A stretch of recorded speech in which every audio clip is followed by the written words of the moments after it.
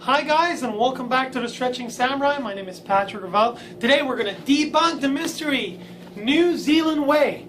Is it really worth it? Should I buy it? Should I not buy it? I did my homework, guys. I went online. I looked up #1 New Zealand Whey scam, trying to find out if are they scams out there? Are there reports of tampering with the product? Is the product really that safe? Now, to start off, I bought a jar. This is a Kaizen Natural Whey. The first thing I want to tell you guys is that jars like this oftentimes have a protein blend, and it's between brackets. When you see a brackets and you have 3 proteins, that means we do not know which one dominates the product. So at the time, I don't know, in this product, let's say, there's whey protein isolate, concentrate, and whey peptides. Which one dominates? You might be paying for whey peptides or concentrate or isolate. Now, if you want an isolate, I would highly recommend that you buy a pure isolate, which is a lot better. Okay?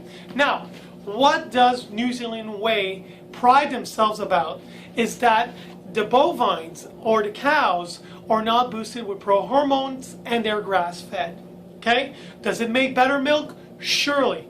Is there less hormones? Because remember, no GMOs, hormone-free, right?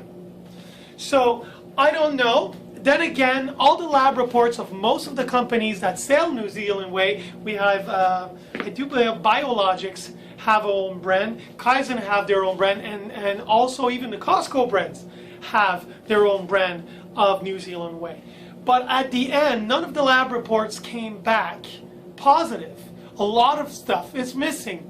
And also, one thing that bothers me a lot about these products sometimes, it's the lactoferrin. The lactoferrin is the active bacteria inside of whatever you eat. You need a good active bacteria. They're low. The lactoferrin is actually low in a protein like this. We don't know why. I'm not saying in all the companies. I'm not saying Kaizen makes that mistakes. But a lot of the little companies, sometimes the lab reports come back and the active bacteria is actually very low. And that's not the best thing, right? And remember that lactoferrin is also responsible for assimilation of iron in your bloodstream. Okay? So if you got low iron and you're suffering from anemia and you're grabbing this at the same time, well, you're actually damaging yourself more than you're actually doing good. So is it better to take a New Zealand whey or simply a whey isolated protein from another company? Well, it's a toss-up, guys. We don't know, because we do not have sufficient reports, lab reports, that says that the lactoferrin is high enough.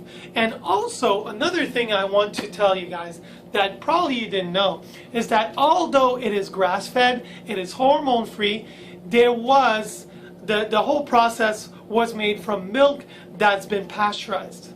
And remember that pasteurization, although is good to take out some of the bad bacteria, you're also denaturing protein. So that's a really way low problem right there. Okay? So milk that comes from pasteurization, low lab reports of lactoferrin, assimilation of iron. Then what do? You give this exactly to a person that's got anemic, vegetarian, not getting enough protein. And what do you got? You got disaster written all over this puppy. Okay? So guys, that's it for this review. I hope you enjoyed this little review. And if you do like it, please subscribe to my channel. Feel free to browse around. I'm sure you're going to find something else that you might find interesting.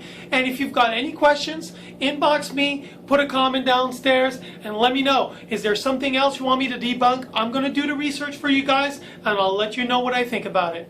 This is Patrick Ravel, aka Stretching Samurai, signing off. Ciao, guys. Stretching Samurai quote of the day. 1 thumb up, 1 thumb down for natural whey.